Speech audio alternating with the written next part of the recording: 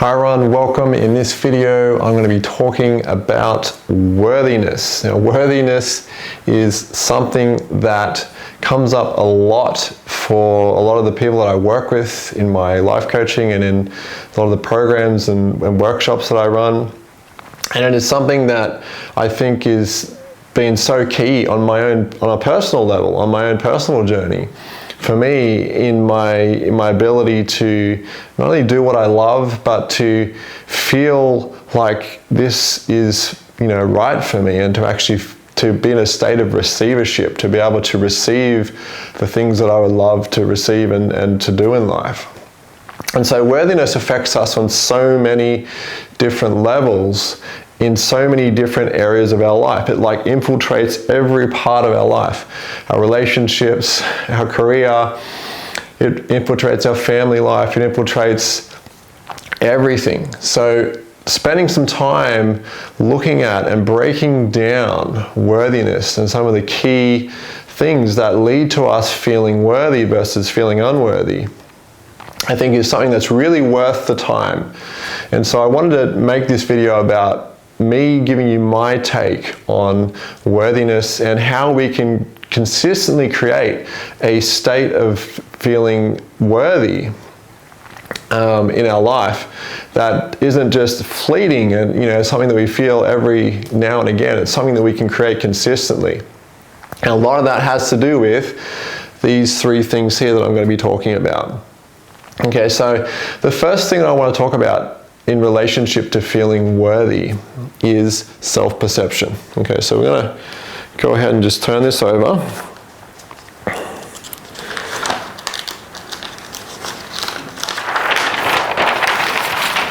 Okay, so what is self-perception and why is self-perception so important when it comes to feeling worthy? Well, the reason why self-perception is so important is because it's how you see yourself.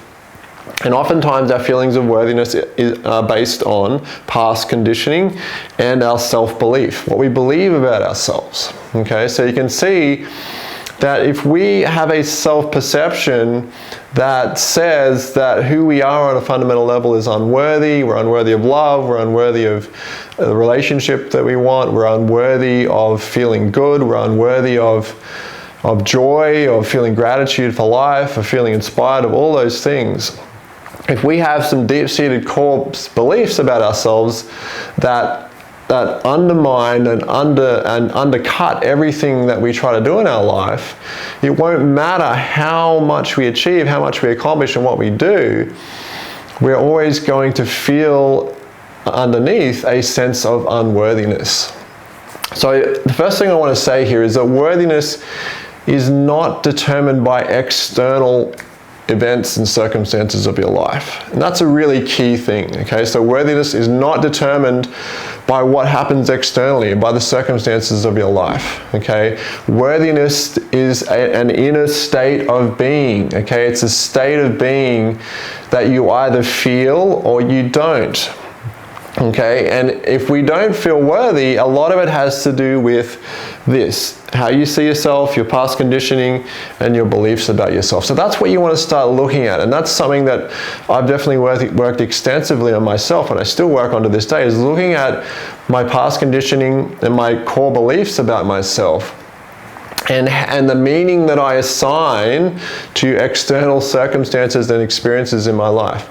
So if I'm in a relationship and that relationship falls apart, and I judge myself and I blame myself and I say that must be because I'm unworthy of love, or I screwed this up because I'm hopeless and I don't deserve to have a good relationship, then in that moment I'm limiting my ability to be able to be fulfilled and to have that state of worthiness internally. Now, whether or not that relationship really fell apart because of something that I did, or whether it fell apart because of whatever circumstances that led to that relationship falling apart, it does not determine your inner state of worthiness and whether you feel worthy or not.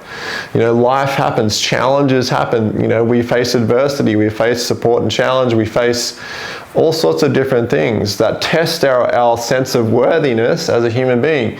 But essentially, on a deeper level, our feelings of worthiness are not determined by external things. They're determined by our inner state of being and what we believe about ourselves. So self-perception is key for us becoming or getting to a place where we feel worthy from our inside out. Okay, and so the other thing that's really key when it comes to self-perception is self-love. You know, if we believe on a core level that we are unworthy of love, that we're flawed, that we're not enough, then we're going to filter the world externally and see everything as more evidence to support our inner belief that we are unworthy, that we are not worthy of love, not worthy of the new relationship, not worthy, just fill in the blanks, whatever it is. We're going to see those external circumstances as evidence to support our internal belief about what we feel about ourselves. Now, if we feel deeply worthy and connected to ourselves, and we're in a deep state of gratitude and receivership, and we just feel open and connected to the higher part of ourselves, our authentic selves, that it's impossible for that feeling to exist, because we're in a state of energy that doesn't allow it to exist internally. And so therefore, if external things happen in your life, they don't affect you in that way. You're able to stay true to that feeling of worthiness. And your feelings of worthiness are not determined by external events or circumstances. They're determined by your ability to know internally that whatever happens, whatever you've done or not done, you are worthy of love. You're worthy of all the things you want in your life. And so that external circumstance will no longer influence your internal state of being. And if it does, it'll be very temporary, very fleeting, and you'll come back to that state of feeling worthy very quickly. And so the key here is to learn how to love yourself and how to shift those limiting core beliefs about yourself by letting go of the past and having new ways of a new state of being in the world, and a new way of showing up, a new way of treating yourself, a new self-perception, okay? Now, as challenging as this sounds, it's all very possible if you are fully committed to working on yourself and looking at those deeper seated core beliefs and learning how to turn them around and how to shift them so you can become empowered, and so that they no longer run your life, they no longer run your experience of life, more importantly. Okay, so we're going to talk about the next thing on the list, which is values. Okay, so values. Now, you probably have heard about values before. You know, values is, to me, values are the things that are most important to us, the things that we love doing. Our values are our set of priorities in life, our set of things that we place importance on in our life, okay? The hierarchy of things that we live by, okay? And so our values have a really big effect on our sense of worthiness, okay? Because if we are living a life that is aligned with what we love doing, we are much more likely to feel worthy and to be in a continual state of worthiness. Because when we are doing what we love, we automatically elevate our state of being. We are more likely to feel gratitude, to feel love, to feel inspired, to feel enthusiastic, to feel connected to who we are on an authentic, deeper level. And we automatically will start to transcend a lot of those limiting emotions and beliefs, because we are living in alignment with who we are, and we're connected to ourselves. And that, again, is a great buffer for helping us not get affected by the external circumstances and happenings in our life. Because when we're being true to who we are and we're living a life that is in alignment with our values and what we love doing, we are congruent, we are authentic. And when we're authentic, a lot of those external circumstances won't affect our state of being, because we love what we're doing, and we're willing, because we love what we're doing, we're willing to embrace the support and the challenge. We're willing to transcend those dualities and those paradoxes that come up for the pure fact that we love doing it. And this is why living a life that is aligned with your values is a key part of feeling worthy. When we live an inspired life where we put the things that are most important to us, our values, the things we love doing, at the top of the list instead of the bottom, because what happens, a lot of people in their life, they have all these inspiring things they love to do, and guess where those things are? They're on the bottom of the list. Not the top, the bottom. And so when those things are on the bottom of the list instead of the top, at the end of the day, how are you going to feel about yourself when you realize that you spent your whole day doing all these things that aren't really a priority for you, you aren't inspired about, that you don't love doing? Are you going to feel good about yourself, or are you going to feel bad about yourself? Well, the answer to that question is quite simply, you are not going to feel good about yourself. And you might make up all the excuses in the world as to why I can't do those things and why it's not possible, but that's just a story, that's just a belief. And as long as you buy into it, it will run you and it will prevent you from feeling greater feelings of worthiness. And those feelings will come to you as soon as you start putting those things on the top of the list, and you start putting yourself first. Okay, so putting yourself first is an act of self-love. Putting those things that are on your hierarchy of values at the top of the list is an act of self-love, and you are rewarding yourself by doing it, and your sense of worthiness will go up and up and up as soon as you do that. But as long as you have it on the bottom, your sense of worthiness is always going to be compromised, and you're always going to feel like, no matter what you do, that feeling of unworthiness will be running your physiology. So start putting yourself first. Start putting the things that are most important to you in your life at the top of the list, and start noticing and watching what happens when you do that. Notice how your energy shifts. Notice how your state of being shifts. Notice how you start seeing synchronicities in your life and how things show up differently for you. You start drawing into your life amazing synchronicities and possibilities you didn't think were possible, because you are in alignment with what you love doing, and you're being that in that moment. That energy draws out of the universe more energy like that aligns with that. Okay, so the last thing we're going to talk about here, if I can get this page turned over,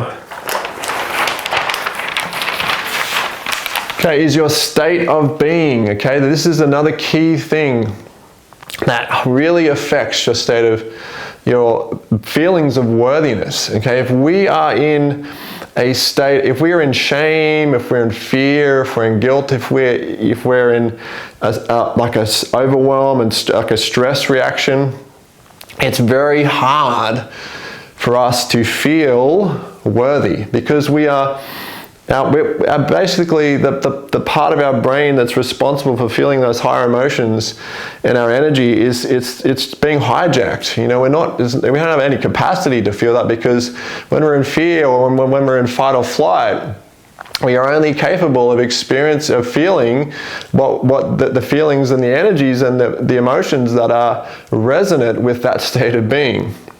Okay, so like what I've written here, so when our state of being is affected by our thoughts, by our emotions, and by our feelings. Okay, essentially, even the word emotions, if you break down the word emotions, it's E, which equals energy, and motions, in motion. So energy in motion. So the word emotion is energy in motion. Okay, it's the energy in motion, that energy inside of our body. So when we're in a certain state of being, where we're feeling fear and stress and whatever it is, anger, frustration, lethargy, okay, apathy, whatever it is, we are in a lower vibration of energy. Okay, so we're in a very dense state of energy, we're in a contracted state of energy, we're not open, we're not connected to our higher self, we're not connected to that universal energy, to spirit, whatever you want to call it. We are in a state of density. Okay, so we're contracted, so our experience of the world becomes very narrow and very small and very black or white, all or none. And in that state, it's very difficult for us to be able to feel worthy and to feel like we're worthy of love, we're worthy of that relationship. And so the key here is that when we're in this state of being, that where we're in fear, fight or flight, overwhelm, is the key here is that we have to change our state of being. So how do we change our state of being?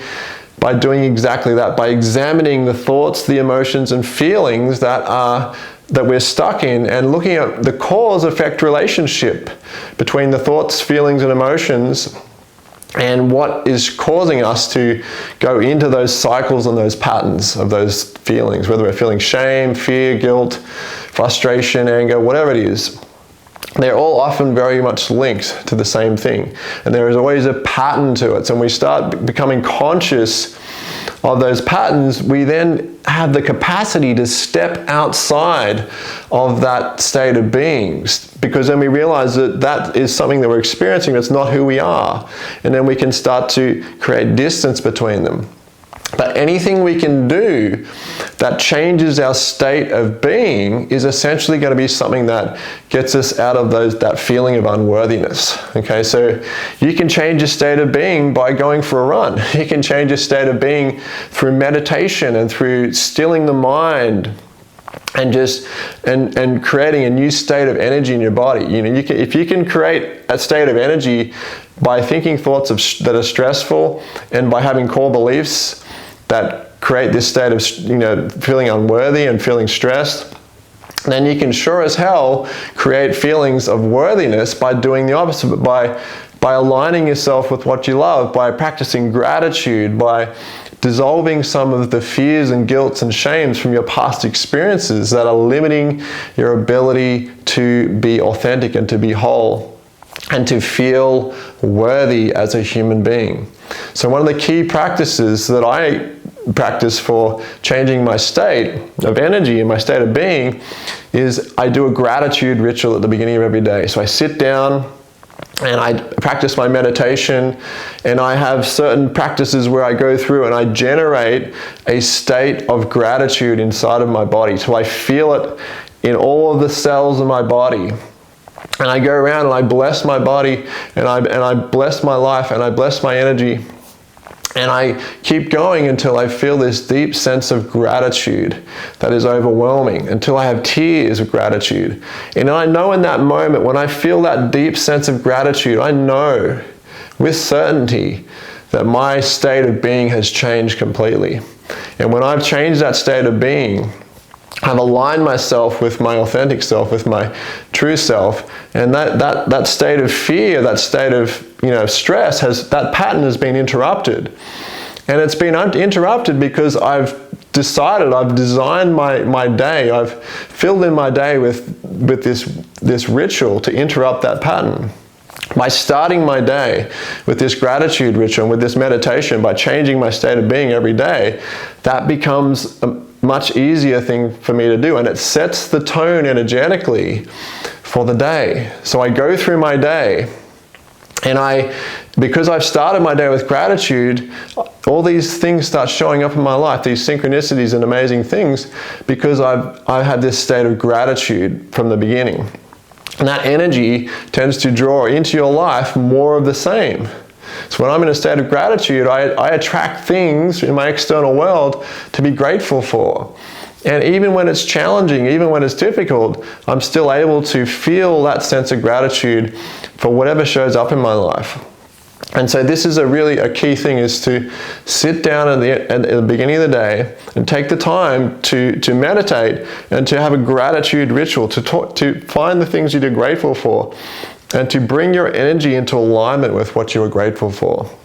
Okay, and to really embody that feeling, until you feel it in your heart, on a deeper level, and you really feel that permeating every cell of your body.